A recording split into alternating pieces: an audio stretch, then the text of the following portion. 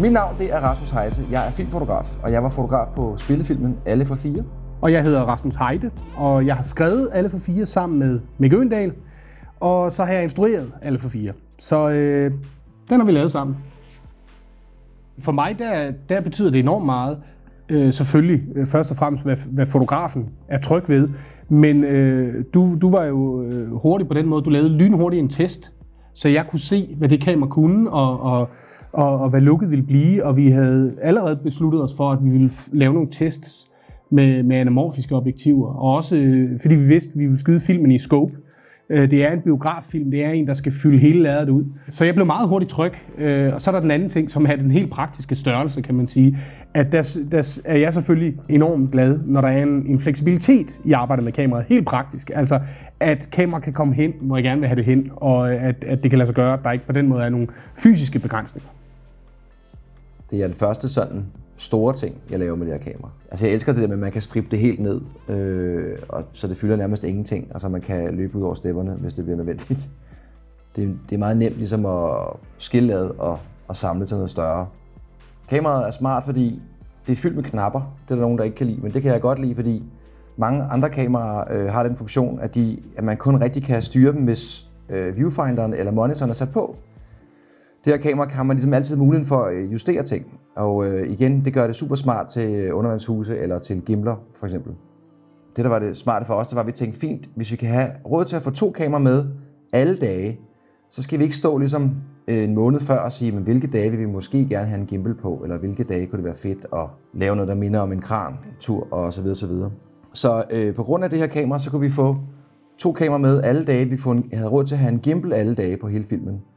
Så der var en fantastisk fleksibilitet med, at vi sådan set faktisk, i stedet for ligesom normalt på en dansk film, så siger man, hvilke 2 dage kan vi hyre kranen ind, så endte vi faktisk med at have kranbilleder alle 30 dage. Jeg synes helt klart, at kameraet levede op. Altså jeg havde jo ikke lavet en stor tv-serie eller spillefilm før på det her kamera. Jeg havde lavet nogle mindre ting på kameraet.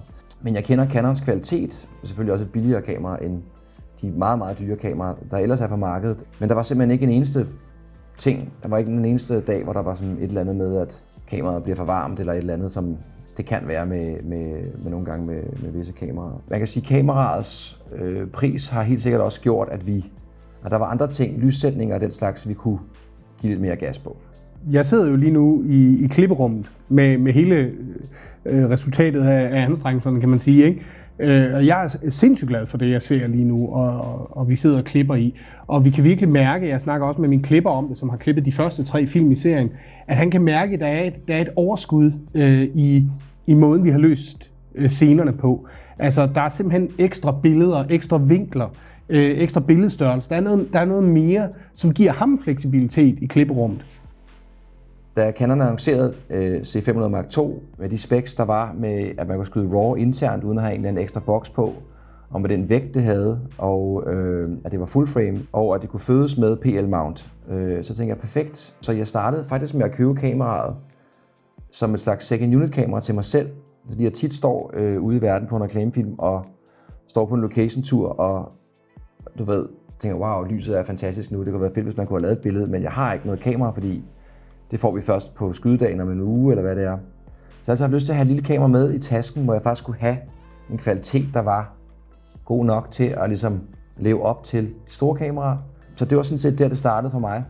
Så ramte coronaen, og så var jeg lidt sådan låst til Danmark, så begyndte jeg at lave en masse ting på det i Danmark. Jeg begyndte at lave novellefilm og forskellige reklamefilm, og da jeg så sad i color gradingen, så var jeg sådan, hold da op, det her kamera er meget bedre, end jeg nogensinde kunne have håbet, det ville være. Så jeg tænkte, fantastisk, her har vi et kamera, som er mobilt og nemt, og som jeg selv fuldstændig har indstillet til det, jeg kan lide, og som jeg bare har, og som optager en fantastisk kvalitet. Altså, jeg går jo ikke så meget ind i det tekniske i virkeligheden. Jeg kigger bare på, hvordan ser materialet ud nu, når jeg sidder i klipperummet. Og jeg kan i hvert fald sige, at jeg har ikke haft så fedt materiale at arbejde med før. Og de visuelle ambitioner, vi snakkede om meget tidligt og i hele præproduktionsfasen, hvor vi planlagde den her film, det har vi i hvert fald fået i kassen, det har vi fået hjem, og det har levet op til forventningerne til fulde. Jeg vil helt sikkert bruge det kamera igen, og jeg går og pynser på en anden spillefilm. som jeg gerne vil lave på det kamera, og går og tænker på, hvad det skal skydes på af objektiver og så videre. Men det tror jeg ikke bliver sidste gang.